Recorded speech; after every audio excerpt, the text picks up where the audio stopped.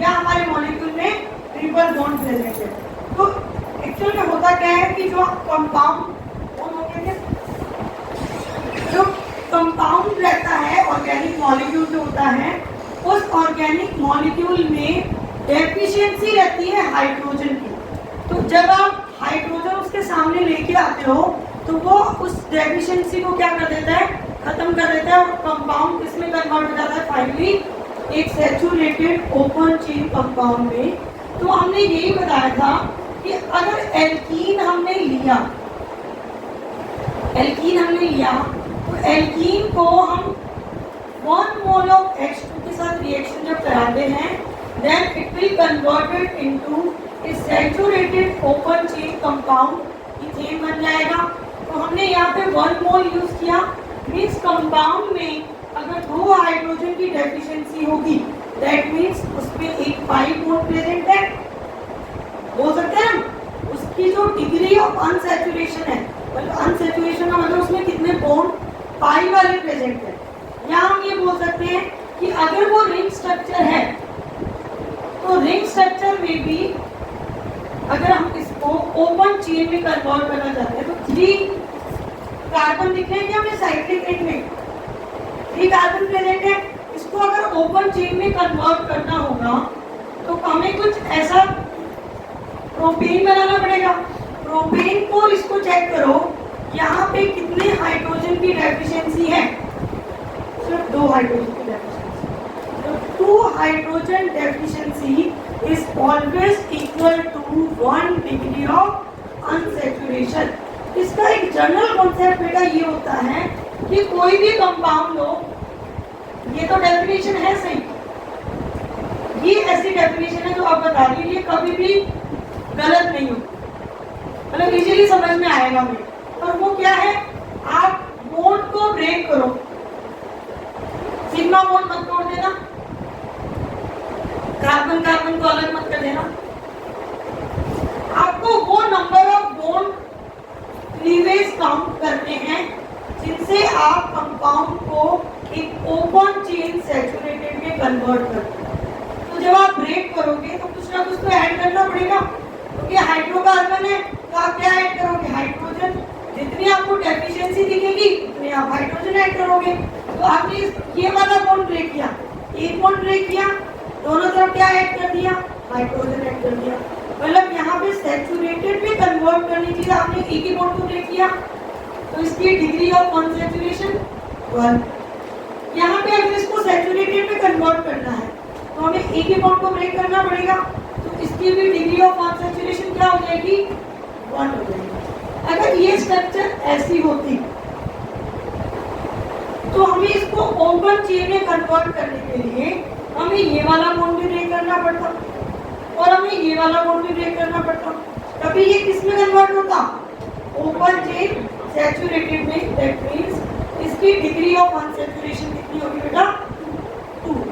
तो एक general formula बना दिया इस बेसिस पे ताकि आपका क्वेश्चन इजीली हो जाए।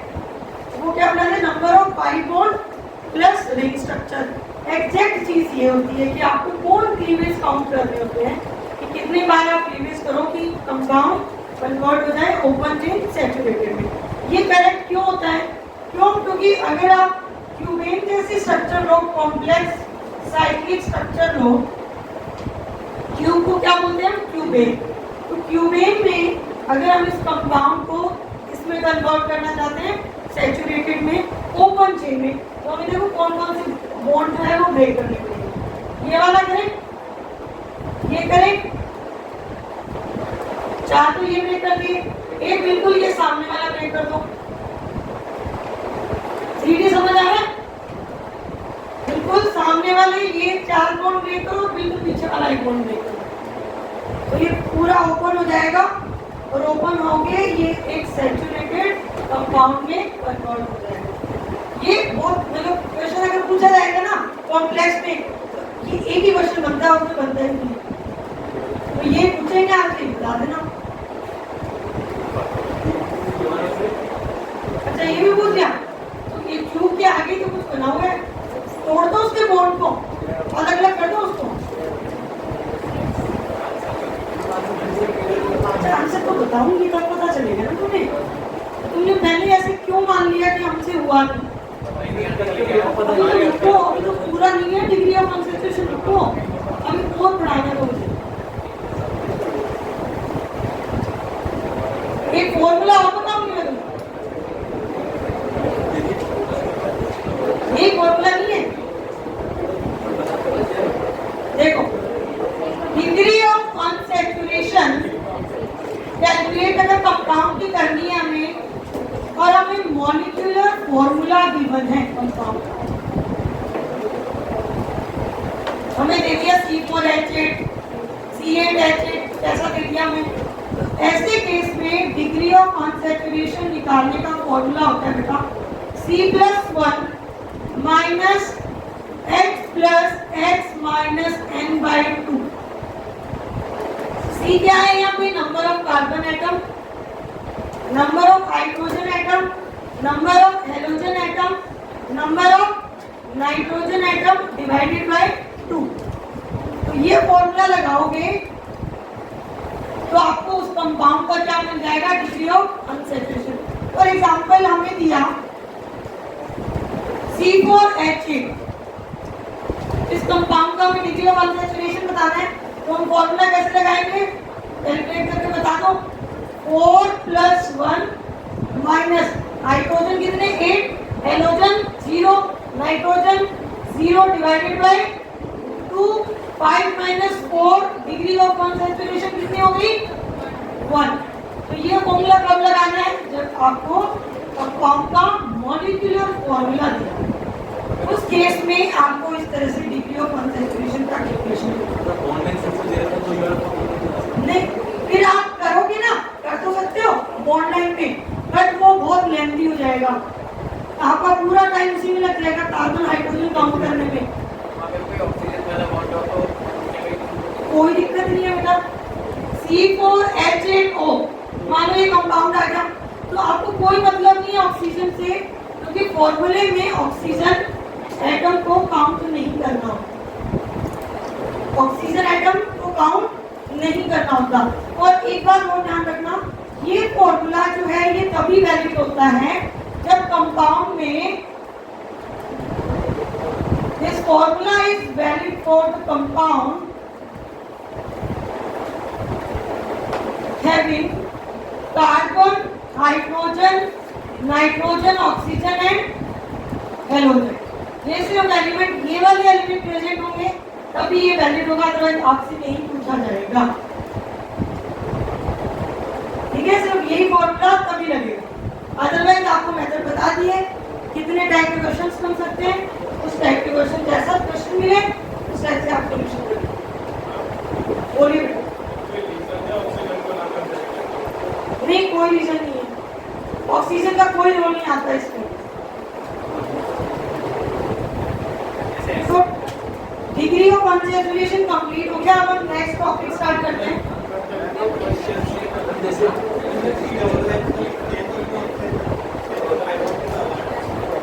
बेटा पाई बॉन्ड, मैं ये नहीं बोल रही HC डबल बॉन्ड OH, मुझे पता है एसिटिक एसिड और फॉर्मिक एसिड होता है।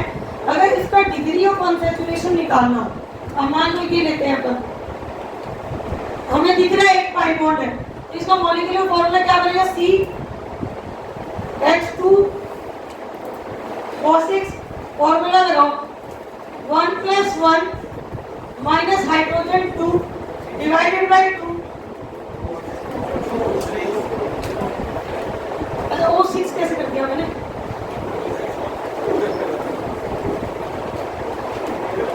ये फॉर्मूला लगाओगे ना, हमें ऐसे रिवर्स क्वेश्चन नहीं आएगा, हमें इस तरह के क्वेश्चन देंगे, मतलब कोई एक स्ट्रक्चर ही बना देगा तो तुम ये फॉर्मूला लगाओगे क्या? अब तुम्हें कोई पूछ ले कि बेंजीन में डिग्री ऑफ अनसैचुरेशन बताएं और तुम्हें लिख के आ गया C6H, ये लिखा हो तो बेंजीन को तो जानते हो ना, तो डायरेक्टली बोलोगे। मतलब आपको डिफरेंट मेथड बता दिए, किस टाइप का क्वेश्चन आए तो कैसा करना है, स्ट्रक्चर दिए और डायरेक्ट करना है, कॉम्प्लेक्स स्ट्रक्चर और बॉन्ड ब्रेक करके करना है।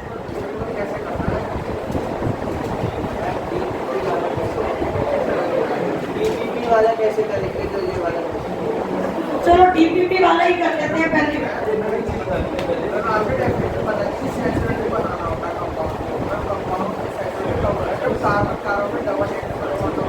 नहीं, कार्बन ऑक्सीजन वाले को भी बोला जाता है।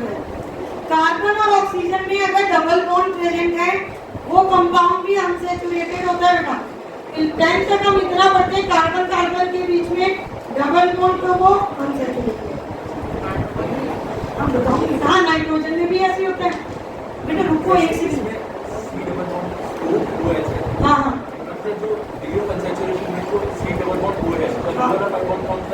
बिल्कुल काउंट करोगी। तो जब मैंने आपको डिटेल में स्ट्रक्चर बता रखी है कार्बोक्सिलिक एसिड की तो आपको पता होना चाहिए वहां में पाई बॉन्ड कितना है। तो करें डिस्कस। चलो डीपीपी डिस्कस करते हैं, इससे पता भी चल जाएगा कि तुमसे क्वेश्चन क्यों नहीं होता है। तो थर्ड क्वेश्चन दिया होगा आई थिंक मैंने फर्स्ट भी दिया था। अच्छा फर्स्ट के आंसर नोट करो। AST BRNT CQNT and DPQNT। Question number 1 का आंसर बोलने की जरूरत नहीं है बेटा, बोर्ड की तरफ ध्यान दो तो लिखा हुआ है।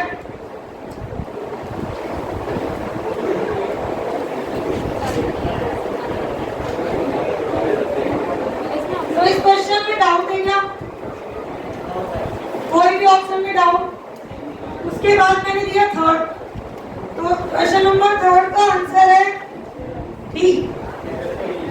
अब इसमें डाउट है?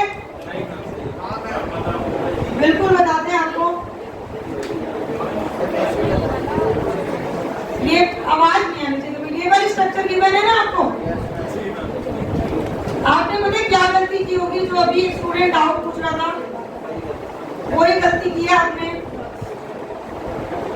आप भूल गए कि कार्बोक्सिलिक एसिड ऐसा दिखता है।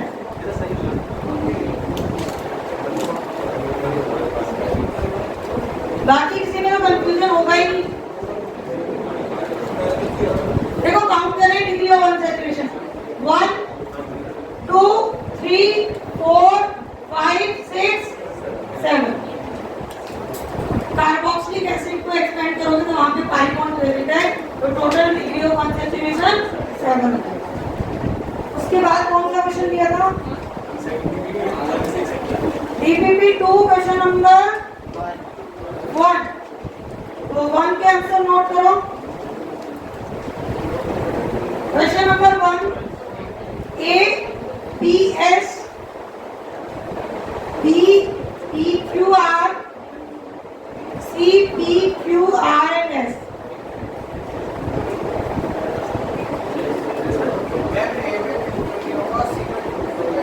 Mode number of 2 degree carbon. A में ए वाली स्ट्रक्चर ड्रॉ करते हैं पहले।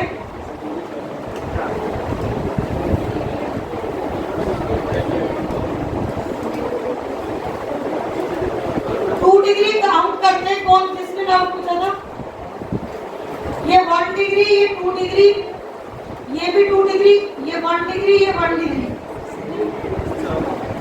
ये 3 डिग्री, ये 3 डिग्री, ये वाला 2 डिग्री और ये 3 डिग्री नहीं है, 2 डिग्री। तो कितने नंबर में कार्बन है? 2 डिग्री। क्या इवन नंबर हो गया? और बताइए कोई डाउट? और कोई पार्ट में डाउट? क्वेश्चन नंबर 1 में कोई डाउट नहीं है। इसके बाद कौन सा क्वेश्चन मिला था आपको? 6। बहुत आसान। B answer 10। इनकरेक्ट स्टेटमेंट पूछा है ना? इनकरेक्ट सारे इनकरेक्ट है। A B C D। हाँ ये तो सही है। कंपाउंड इज होमोसाइक्लिक हाइड्रोकार्बन नहीं है, ये डेरिवेटिव ऑफ हाइड्रोकार्बन है। याद करो ऑर्गेनिक कंपाउंड का डेफिनेशन बताया था मैंने, हाइड्रोकार्बन एंड इट्स डेरिवेटिव। इनको ऑर्गेनिक कंपाउंड बोलते हैं क्योंकि NH2 ऐड हो गया, तो सारे गलत है। नहीं, उसको डेरिवेटिव ऑफ हाइड्रोकार्बन बोलते हैं। अगर NH2 की जगह OH भी होता तब भी ऐसा होता।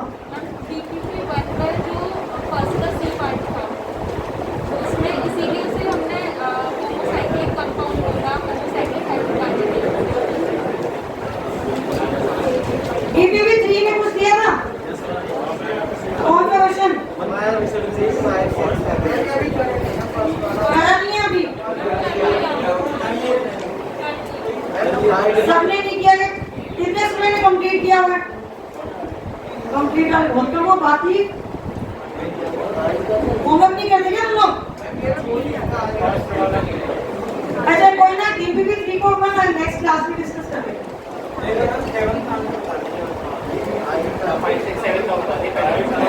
इनको पता चल जाएगा, क्लास के बाद पूछ लेना।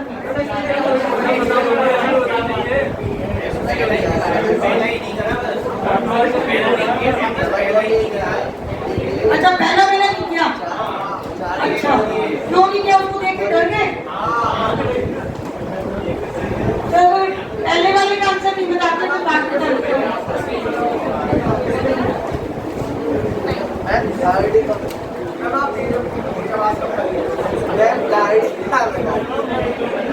तुम लोग कम बोलते हो क्या? तुम लोग बहुत बोलते हो, पता है बहुत।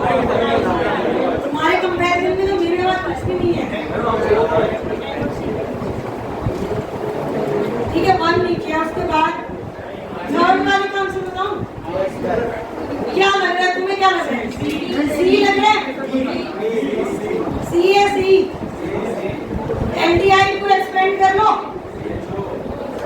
इसलिए सिखाए थे क्या फंक्शन लो। इसके बाद कौन सा दिया था? 5 का आंसर है सी। Yes ma'am.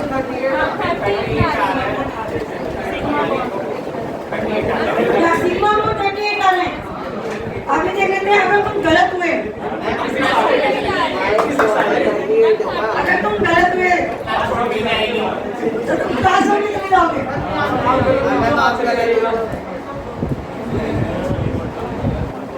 Sigma bond count करने नहीं आते तुम्हें।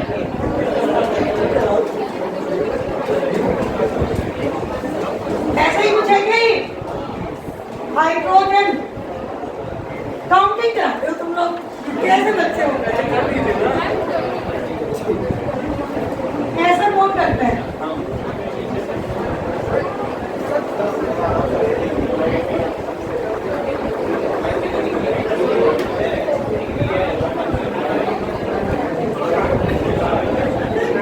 बस हो गई है क्या हाइड्रोजन? कर लो काउंट। 38 डालेंगे पक्का, थोड़ा काउंटिंग करते हैं, ध्यान रखना।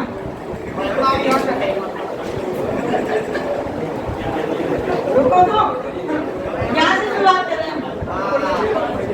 1 2 3 4 5 6 7 8 9 10 11 12 13 14 15 16 17 18 19 20 21 22 23 24 25 26 27 28 30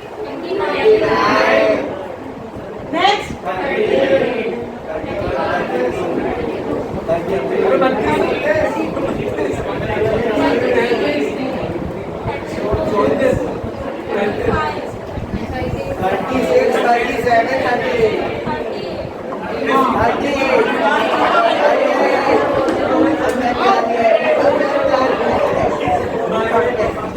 और करें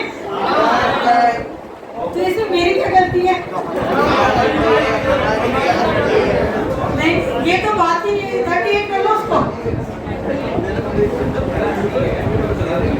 क्वेश्चन नंबर 7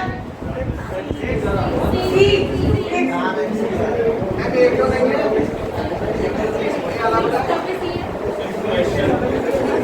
क्वेश्चन नंबर 7 का आंसर है सी। बस इतने था।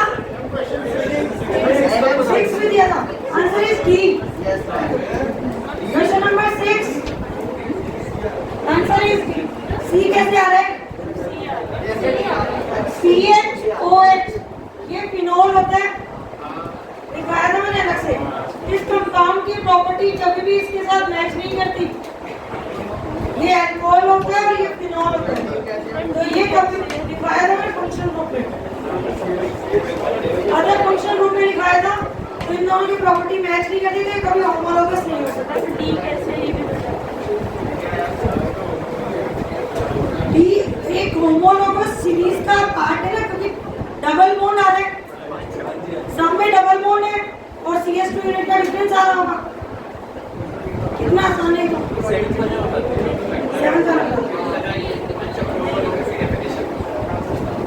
7 वाले में 6 नहीं आया आपका।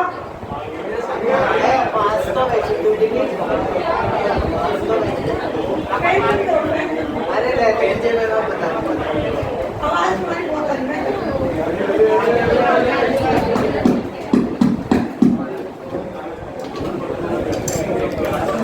शांति रहनी चाहिए क्लास में, तो अच्छा लगेगा। माइक भी बंद हो गया।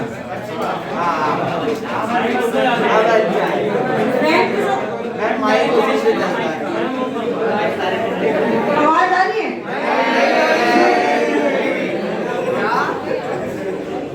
सेवन क्वेश्चन आपको डाउट है क्या? नहीं। डबल बॉन्ड को ब्रेक करो, बॉन्ड प्लेस करके देखो, एक पाई बॉन्ड को ब्रेक करो, 1 2 3 4 5 6। देखो इसको ऑब्जर्व करो, 6 आ रहे हैं। ऑब्जर्व नहीं हो रहा तो क्लास के बाद पूछना बेटा, क्योंकि तुम्हें एक कोई डाउट है ना और किसी को डाउट नहीं है। अब मैं जिससे पूछूं वो बताएगा। और किसको डाउट है इस क्वेश्चन में? और बताओ किसको डाउट है? तो सिर्फ इसी की बात क्यों आई? तुम लोग सो रहे थे?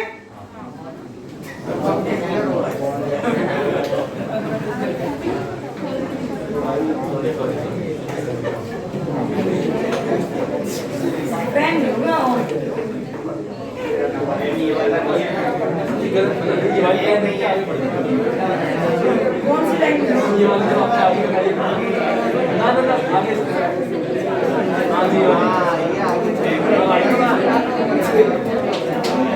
लोगों ने इतनी आवाज करनी है क्या? अगर ये ऐसे ही करना है तो रहने दो, पढ़ के क्या करोगे? तुम लोग जाओ घर ना, तुम डिस्कशन में इन्वॉल्व होते हो। जब पढ़ा रही होती हो तब भी तुम्हें बातें करनी होती है। इतनी बातें करनी होती है तो 1 घंटे की एक्स्ट्रा क्लास रखाते हैं तुम्हारी, उसमें बातें क्या करो तुम लोग।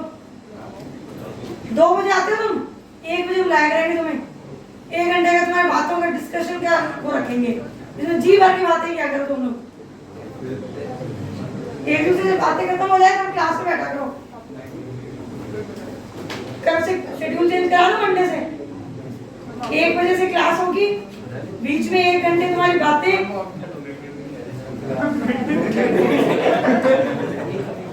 ऐसे तो तुम मानने वाले हो नहीं, ऐसे ही कुछ है। अरे कौन सा रह गया? ओपन चेन में कन्वर्ट करना है, ध्यान से देखना।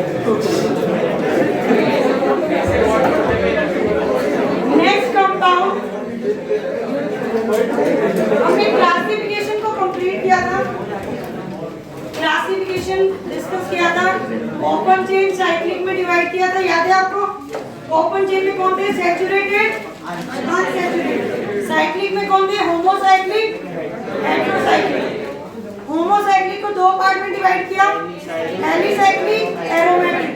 एरोमेटिक के फिर से पार्ट क्या थे? Benzenoid and non benzenoid. अब कुछ इंपॉर्टेंट टाइप के साइक्लिक कंपाउंड हम डिस्कस कर रहे हैं जिनका नाम हमने लिया नहीं उन कंपाउंड का। और वो कंपाउंड कौन से है बेटा? Bicyclo compound. बाईसाइक्लो कंपाउंड में क्या होता है, दो रिंग अटैच होती है आपस में with the help of two atom. मतलब दो रिंग जो है वो अटैच हो जाएगी और कौन कितने एटम से, दो एटम से। When two ring are attached with two atom, मतलब दो एटम उनके कॉमन रहेंगे, ऐसी रिंग को क्या बोला जाता है, बाईसाइक्लो। और एक टाइप के जो कंपाउंड होते हैं उनमें उनको क्या बोला जाता है, स्पाइरो कंपाउंड। स्पाइरो कंपाउंड वो कंपाउंड होते हैं जिसमें दो रिंग की कनेक्टिविटी होगी सिर्फ एक ही सिंगल एटम से। एग्जांपल बताती हूँ मैं आपको। फॉर एग्जांपल ये रिंग है, इस रिंग को मैंने दूसरी वाली रिंग से इस तरह से कनेक्ट कर दिया, तो इन दोनों रिंग के बीच में दो एटम कॉमन हो गए। तो ऐसे कंपाउंड जिसमें दो रिंग कनेक्टेड हो टू एटम से, उन कंपाउंड को हम क्या बोलेंगे, बाईसाइक्लो। स्पाइरो कंपाउंड क्या होते हैं जिसमें दो रिंग कनेक्टेड होगी with the help of one atom, right. यहाँ पे जिन दो एटम से कनेक्टेड होते हैं बाईसाइक्लो कंपाउंड, उन कंपाउंड को बोला जाता है, उन एटम को बोला जाता है ब्रिज एटम। कौन सा एटम बोलते हैं उसको, ब्रिज एटम। मतलब ये भी ब्रिज एटम है और ये भी ब्रिज एटम है। स्पाइरो जिस एटम से कनेक्टेड होता है, स्पाइरो जो रिंग होती है वो कनेक्टेड होती है, उस एटम को बोला जाता है स्पाइरो एटम। ये कौन से एटम होते हैं, स्पाइरो। अब ब्रिज कंपाउंड ऐसे भी होते हैं, देखना ये साइक्लोहेक्सेन को मैंने ऐसे दो पार्ट में ऐसे ब्रेक कर दिया, मतलब ये रिंग अलग हो गई, ये रिंग अलग, ये वाला एटम कौन सा हो गया, ब्रिज एटम हो गया। ऐसे भी होते हैं कंपाउंड, ध्यान से देखना।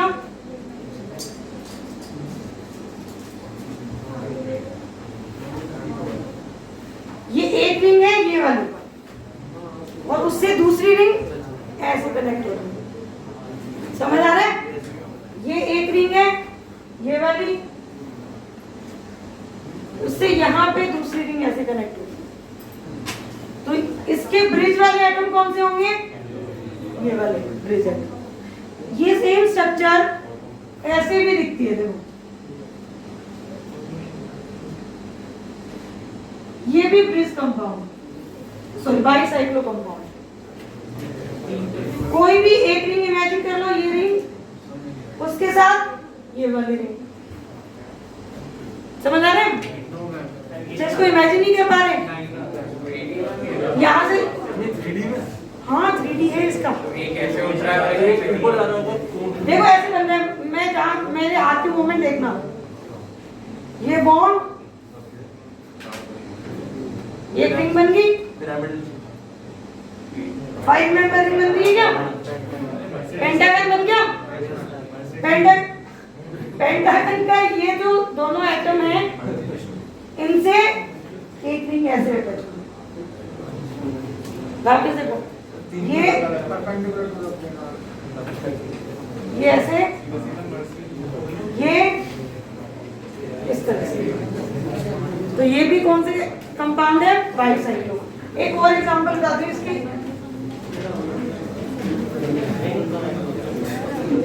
ये भी बाईसाइक्लो है। कैसे, ये सेम क्या है, वहां मैंने एक ही कार्बन बनाया, यहाँ मैंने दो कार्बन बना दिए, हाँ बस ट्रायंगल को स्क्वायर कर दिया, है तो वैसा ही 3D, तो समझ आएगा, ऑब्जर्व कर पाओगे।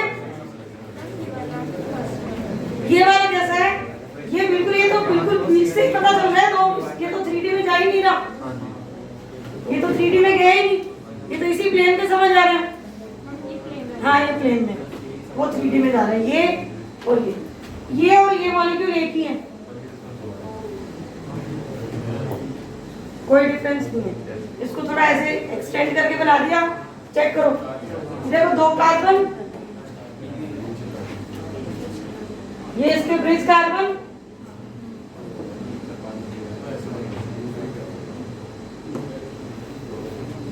समझ आया। ये दोनों कार्बन यहाँ पे ब्रिज ट्रायंगल, नोट करो। स्पाइरो के भी बाईसाइक्लो को थोड़ा 3D में ऑब्जर्व करना होता है, इसमें कोई 3D नहीं होती क्योंकि बीच में एक ही एटम होता है। डेफिनेशन ऐड करनी हो तो कर लो। When two carbon atom are common in between two rings, then compound are known as bicyclo compound. और स्पाइरो में one carbon atom is common in between two rings. Naphthalene bicycle.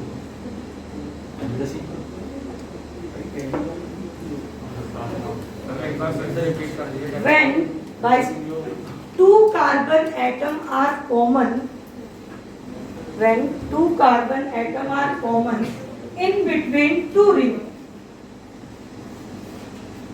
then compounds are bicyclo. और उसके नीचे उसके examples note करो bicyclo के।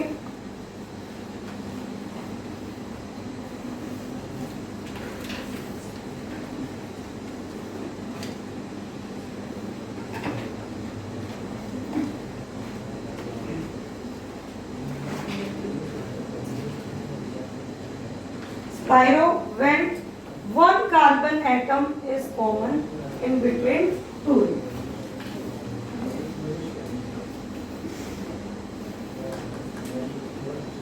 और spiro के भी एग्जांपल नोट करो।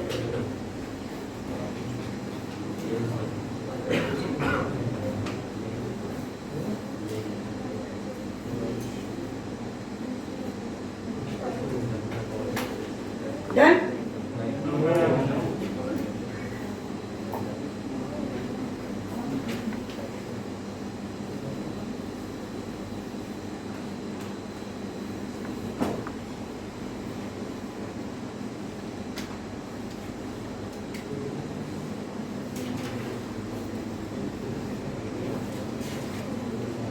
स्पाइरो में 3D नहीं हो सकती। नहीं, स्पाइरो में 3D नहीं होती। एक ही एटम होता है, इस वजह से 3D नहीं होती।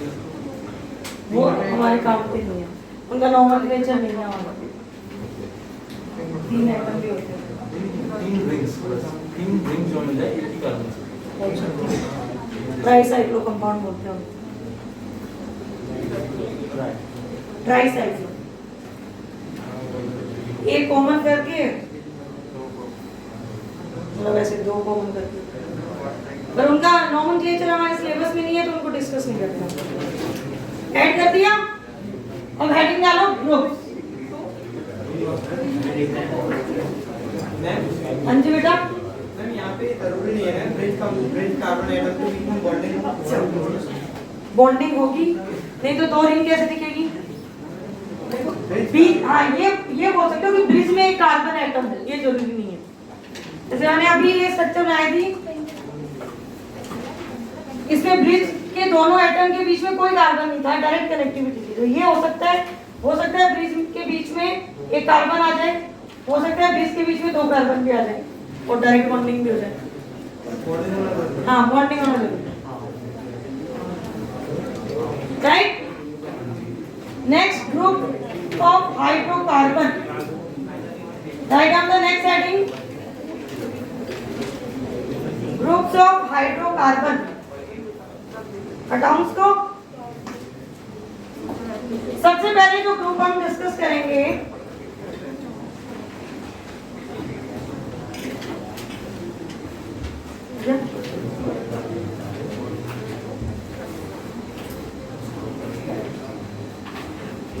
First group is the alkyl group. Alkyl group की फॉर्मेशन कैसे होती है? ग्रुप्स क्या होते हैं हाइड्रोकार्बन के? The groups of atom which having free valency, जहां पे एटम की एक फ्री वैलेंसी शो होती है, उन ग्रुप्स ऑफ एटम को क्या बोला जाता है? मतलब उन ग्रुप्स को क्या बोला जाता है? Groups of hydrocarbon. उसका फर्स्ट एग्जांपल है बेटा एल्काइल ग्रुप। इस एल्काइल ग्रुप की फॉर्मेशन कैसे होती है? अगर आपके पास कोई एग्जांपल है एल्केन, एल्केन से अगर हाइड्रोजन को रिमूव कर दिया जाए तो जो बनने वाला ग्रुप होगा उस ग्रुप को क्या बोला जाएगा बेटा? एल्काइल। फॉर एग्जांपल CH4 है, CH4 से हाइड्रोजन को रिमूव कर दो, CH3 बन गया, इसको क्या बोलोगे आप? मिथाइल। CH3 अगर आप हाइड्रोजन को रिमूव करो तो इसको क्या बोलोगे आप? इथाइल ग्रुप बोलोगे। सोन प्रोपाइल, ऐसे ग्रुप बनेंगे, propyl, butyl, pentyl, right. Alkyl group समझ आया? अब नेक्स्ट जो ग्रुप है वो है नॉर्मल ग्रुप। अब ये नॉर्मल ग्रुप कौन से होते हैं? ऐसे ग्रुप जहां पे जो फ्री वैलेंसी हो वो या तो फर्स्ट एटम पे हो, फर्स्ट कार्बन पे हो, या सेकंड लास्ट कार्बन। या हम ये बोलते हैं जो स्ट्रेट चेन वाले ग्रुप होते हैं ना, विदाउट ब्रांचिंग जो स्ट्रक्चर हमें मिलती है, उन ग्रुप्स को क्या बोला जाता है? Normal group. नॉर्मल ग्रुप को हम बोल सकते हैं without branching group. Without branching any alkyl group जो होंगे, फॉर एग्जाम्पल मैंने ये बना दिया, कोई ब्रांचिंग नहीं की, तो ये ग्रुप कौन सा है? अभी हमें पता चला एल्काइल ग्रुप होगा, तो ये इसको प्रोपाइल, बस इसके नाम के आगे क्या लगा दो? N। N से ये पता चलेगा कि इसमें ब्रांचिंग नहीं है, तो ये ग्रुप कौन सा हो गया? N प्रोपाइल ग्रुप हो गया। सेम ऐसे अगर 4 कार्बन हमने ऐड कर दिए तो उस ग्रुप को क्या बोलेंगे हम? N butyl. विदाउट ब्रांचिंग जो ग्रुप प्रेजेंट होते हैं फ्री वैलेंसी वाले, उनको क्या बोला जाता है? नॉर्मल ग्रुप या N group, right? N hexyl, N heptyl, ऐसे वाले ग्रुप होंगे। थर्ड जो ग्रुप है उसको बोला जाता है आइसो ग्रुप। अभी आइसो ग्रुप कौन सा होता है? हाँ, द कंपाउंड या group having CH3 CH and CH3 H type structure. ऐसा कोई भी ग्रुप जिसमें आपको ये पार्ट मिले, 2 मिथाइल एक कार्बन से कनेक्टेड हो, ये स्ट्रक्चर जहां भी मिलेगी उस कंपाउंड, उस एल्काइल ग्रुप का नाम आप क्या बोल सकते हो? आइसो बोल सकते हो। फॉर एग्जांपल जैसे मैंने यहाँ पे प्रोपाइल बनाया, ब्रांचिंग नहीं की, अगर मैं इसमें ब्रांचिंग करूं तो एग्जांपल ऐसा ही बन जाएगा क्या? अगर मैं इसमें ब्रांचिंग करूं, मतलब इस मिथाइल को यहाँ ले आऊं इस वाले कार्बन पे, तो ये ऐसा मिलेगा हमें। तो ये जो ग्रुप है इसमें ये वाली स्ट्रक्चर आ रही है, इसका मतलब इसका नाम N नहीं होगा, क्या होगा? आइसो। और क्योंकि इसमें 3 कार्बन है तो इसको क्या बोला जाएगा? आइसो प्रोपाइल ग्रुप बोला जाएगा। बात समझ आ रही है? ये N बना और ये क्या बना? आइसो बना। अब मुझे बताओ क्या इसकी फॉर्मेशन ऐसे हुई क्या कि ये था हमारे पास, अगर कोई हमसे फॉर्मेशन पूछे कि हमने कहा है, तो एल्काइल ग्रुप का ही पार्ट ना, एक नॉर्मल है और एक आइसो है। ये था हमारे पास प्रोपेन। प्रोपेन से हम हाइड्रोजन को रिमूव कर रहे हैं। अगर मैंने रिमूव किया नंबर 1 कार्बन से, तो हमें जो ग्रुप मिला वो ये मिला, ये ग्रुप मिला हमें, और इसमें कोई ब्रांचिंग नहीं है तो हमने इसको क्या बोला? N propyl. अगर मैंने सेकंड नंबर कार्बन से हाइड्रोजन को रिमूव किया, क्योंकि हम एल्काइल ग्रुप की फॉर्मेशन कर रहे हैं, तो यहाँ पे जो ग्रुप हमें मिलेगा वो ये होगा क्या? सेकंड नंबर कार्बन से अगर हाइड्रोजन को रिमूव किया जाए तो ये ग्रुप मिलेगा। ये और ये एक ही बात है, 2 मिथाइल एक CH के साथ, तो ये जो ग्रुप मिला इसको हम क्या बोलेंगे? आइसोप्रोपाइल। मतलब कंपाउंड के नेम के आगे, क्योंकि ये दोनों अलग अलग टाइप के कंपाउंड दिखते हैं, तो इनकी नेमिंग को आइडेंटिफाई करने के लिए, इन कंपाउंड को आइडेंटिफाई करने के लिए जो स्ट्रेट चेन वाले ग्रुप होते हैं उनके आगे तो लगा दिए जाते हैं N। बट जिन स्ट्रक्चर में ये सिर्फ ये पर्टिकुलर, सिर्फ ब्रांचिंग की बात नहीं है, मैंने यहाँ क्या लिखा है? The compound having this type of group are termed as iso. उन कंपाउंड को हम क्या बोल सकते हैं? आइसो बोल सकते हैं। तो प्रोपेन को जब हमने ऐसा किया तो ये प्रोपाइल मिला। प्रोपेन के सेकंड वाले कार्बन से जब हमने रिमूव किया तो वो क्या बना? आइसोप्रोपाइल। ऐसे ही आइसोब्यूटाइल भी होता है, और वो कैसे बनते हैं?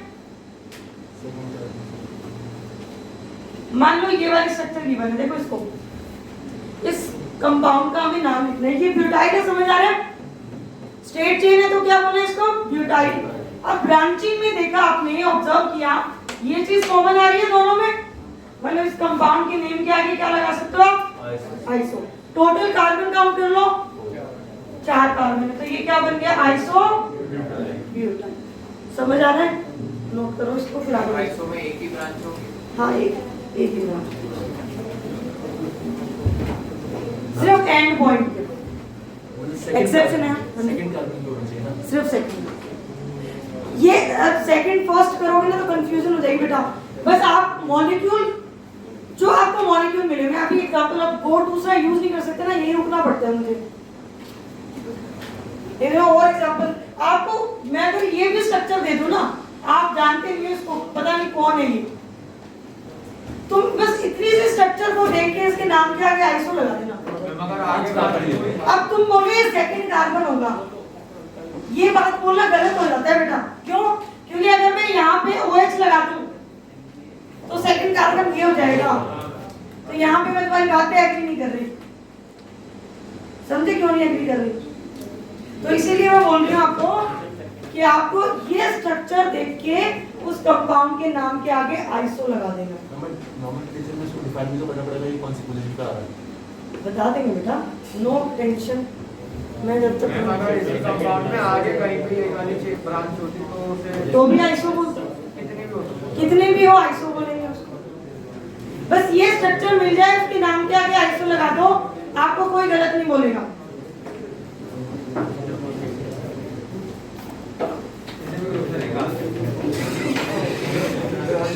नोट कर लिया?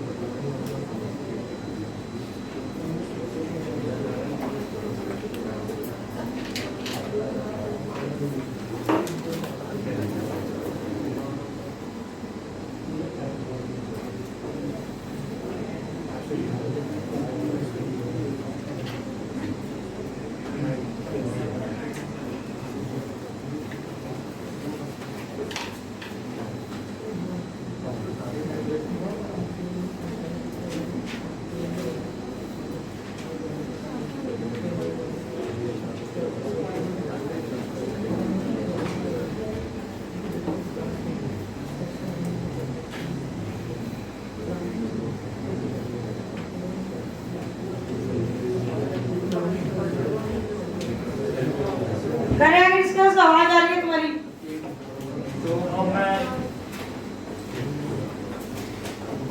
ज्यादा बातें करोगे तो जल्दी हटा दूंगी इसको। एल्काइल तक हो गया?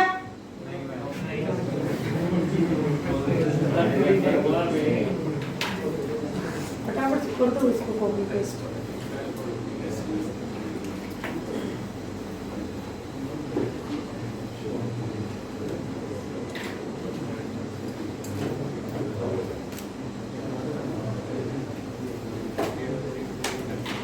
आपने वो लास्ट वाला एग्जांपल क्या बताया? आइसोब्यूटाइल, ये वाला है, उसके बाद ये इसी का, वो वाला, ये क्या था? वो तो ऐसे था, उसको ये समझाने के लिए ये स्पेसिफाई कर रहा था सेकंड कार्बन, तो उसको बताया कि सेकंड नहीं बोलना। हो गया नोट? नहीं मैं एल्काइल तो हो ही गया।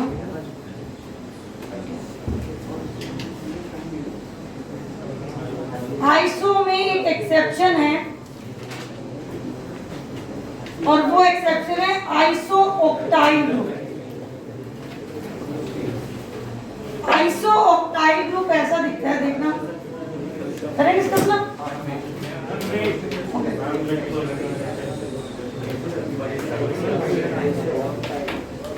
ये फोन पीछे और ये पूरा बोर्ड यूज हो जाए ना तो मजा आ जाए पढ़ाने को।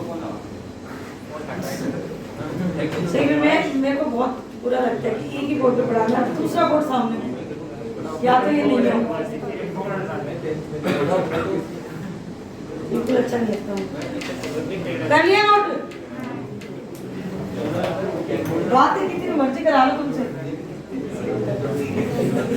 आइसो ऑक्टाइल ग्रुप ये होता है बेटा, देखो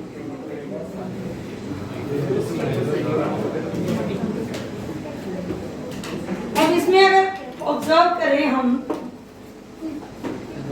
तो ये वाला पोर्शन कुछ सिमिलर है आइसो के।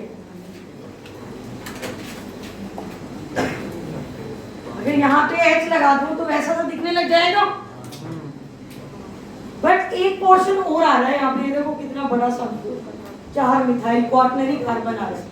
तो एग्जैक्ट ये वाली जो स्ट्रक्चर है इस कॉन्सेप्ट को फॉलो नहीं करती, मतलब इस कंपाउंड में आइसोटाइप स्ट्रक्चर भी दिखता है और कुछ और स्ट्रक्चर भी दिखता है, बट फिर भी इसका नाम क्या है? आइसोऑक्टाइल। इसीलिए क्या है ये? एक्सेप्शन। ये जो स्ट्रक्चर इसमें अभी दिख रही है हमें, वो नेक्स्ट ग्रुप है जो हम पढ़ने वाले हैं। That group is neo group. अब ये नियो ग्रुप कैसा होता है? एक्सेप्ट अभी समझ में आएगा। द कंपाउंड हैविंग, तुम लोग कंपाउंड तो समझ में आया तुम्हें, जिस कंपाउंड में तुम्हें ये वाली स्ट्रक्चर दिख जाए उन कंपाउंड्स को बोला जाता है बेटा नियो। तो आप आइसोऑक्टाइल को ऑब्जर्व करो, इसमें तो नियो जैसा ग्रुप दिख रहा है, मिल रहा है ना ये वाला ग्रुप। ये 1 कार्बन जिसपे मिथाइल लगा हुआ है, 1 कार्बन जिसपे मिथाइल लगा हुआ है, तो इसको बोलना चाहिए था नियो, बट इसको क्या बोला हुआ है? आइसोऑक्टाइल। तो इस वजह से ये क्या है? एक्सेप्शन है। ये पर्टिकुलर जो कंपाउंड है, अगर मुझे इसकी नेमिंग करनी हो तो ये स्ट्रक्चर देख के तो हम नियो बोल देंगे, ठीक है। और टोटल कार्बन कितने हैं इसमें? 5। तो इस ग्रुप को बोला जाता है बेटा नियो पेंटाइल। अब अगर हमसे क्वेश्चन पूछा जाए right the structure of isooctane, तो जब हम एल्केन से हाइड्रोजन रिमूव कर रहे हैं तो एल्काइल ग्रुप मिल रहा है हमें। तो एल्काइल में अगर हाइड्रोजन ऐड कर देंगे तो हमें एल्केन मिल जाएगा क्या? तो कोई हमसे अगर स्ट्रक्चर पूछ ले और DPP1 में 4th क्वेश्चन में पूछा होगा ये आइसोऑक्टेन की स्ट्रक्चर, तो हम क्या करेंगे? इसमें हाइड्रोजन ऐड कर देंगे, वो स्ट्रक्चर किसकी हो जाएगी? आइसोऑक्टेन। कोई हमसे पूछे आइसोपेंटेन की स्ट्रक्चर, सॉरी नियोपेंटेन की स्ट्रक्चर बताओ, तो ये है नियोपेंटाइल ग्रुप, इसमें एक हाइड्रोजन ऐड कर दो, वो स्ट्रक्चर किसकी हो जाएगी? नियोपेंटेन। तो इस क्वेश्चन को कंप्लीट कर देना। Neopentane structure, isooctane structure draw करके बताओ अभी मुझे, और आइसोब्यूटेन स्ट्रक्चर अभी बनाओ। 7 कार्बन सीधे लगा देते हो और 1 कार्बन से बेटा ये हमारे तुम्हारे और मेरे अकॉर्डिंग नहीं हो सकता, ये ऐसे ही होता है नेचर में। इसी साइंटिस्ट ने इसको बोल दिया था पहले ही, जब तक नियो के बारे में जानते नहीं थे, तो हमें भी वैसे ही पढ़ना पड़ता है इसमें, इसलिए ये एक्सेप्शन है। इसी साइंटिस्ट ने बता दिया था और फिर वो उसको कोई पीछे नहीं कर पाया। इस वजह से write down the structure of neopentane, isooctane and isobutane. अभी करो।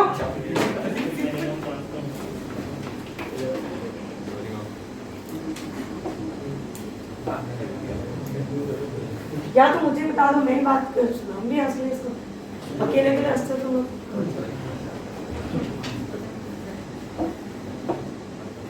Neopentane, isooctane, isobutane. आइसोपेंटेन भी बना सकते हो क्या? बनाओ फिर, आइसोपेंटेन भी बनाओ।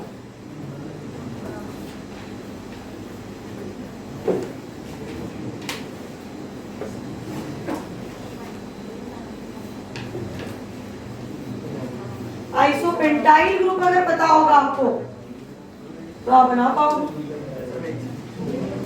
नियो के लिए 3 मिथाइल ग्रुप होना जरूरी है या फिर CH2 ये पूरा इतना पोर्शन, मतलब अगर मैं इसका नेक्स्ट स्ट्रक्चर बनाऊं जिसको मैं नियो हेक्साइल बोलूंगी, वो ऐसा होगा। This one is neo hexyl, ये पोर्शन होगा उसमें नियो बोलने के लिए।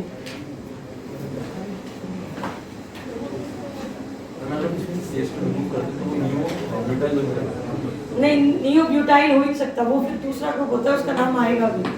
CS कोड आ गया तो वो नियो नहीं है, ये पूरा पोर्शन नियो है, बस जिसको मैंने सेटल कर दिया वो नियो। इसको करेंगे तो टर्शरी बन जाएगा, अभी काम इसके बाद स्ट्रक्चर बना दिया आपने नियो पेंटेन। नियो पेंटाइल दिख रहा है, तो नियो पेंटेन के लिए सिर्फ आपको एक हाइड्रोजन को ऐड करना है, नियो पेंटाइल बन जाएगा। तो ये नियो पेंटाइल और ये बन गया आपका नियो पेंटेन। देखो ये बनाया, आइसोऑक्टेन में, आइसोऑक्टाइल ग्रुप में हाइड्रोजन ऐड कर दो। आइसोब्यूटेन में कैसे बनाओगे, ये होता है आइसोब्यूटाइल ग्रुप, अभी बनाया था हमने आइसोब्यूटाइल। इसकी फ्री वैलेंसी पे हाइड्रोजन लगा दो, क्या बन जाएगा, आइसोब्यूटेन बन जाएगा। अब आइसोपेंटेन के लिए पहले आपको आइसोपेंटाइल पता होना चाहिए, नहीं तो आइसोपेंटेन, आइसो का मतलब क्या होता है, ये जब तक एक्सेप्शन नहीं आया तब तक आइसो का मतलब ये 3 कार्बन आगे, 4th ये, 5th ये होता है आइसोपेंटाइल ग्रुप। क्योंकि ये पोर्शन दिख रहा है मींस आइसो, टोटल कार्बन 5, कौन सा ग्रुप है ये, आइसोपेंटाइल। हाइड्रोजन डाल दोगे तो क्या बन जाएगा, ये आइसोपेंटेन बन जाएगा। This one is the isopentane. आज में जल्दी फ्री करेगा, बाकी ग्रुप हम नेक्स्ट क्लास में डिस्कस करेंगे।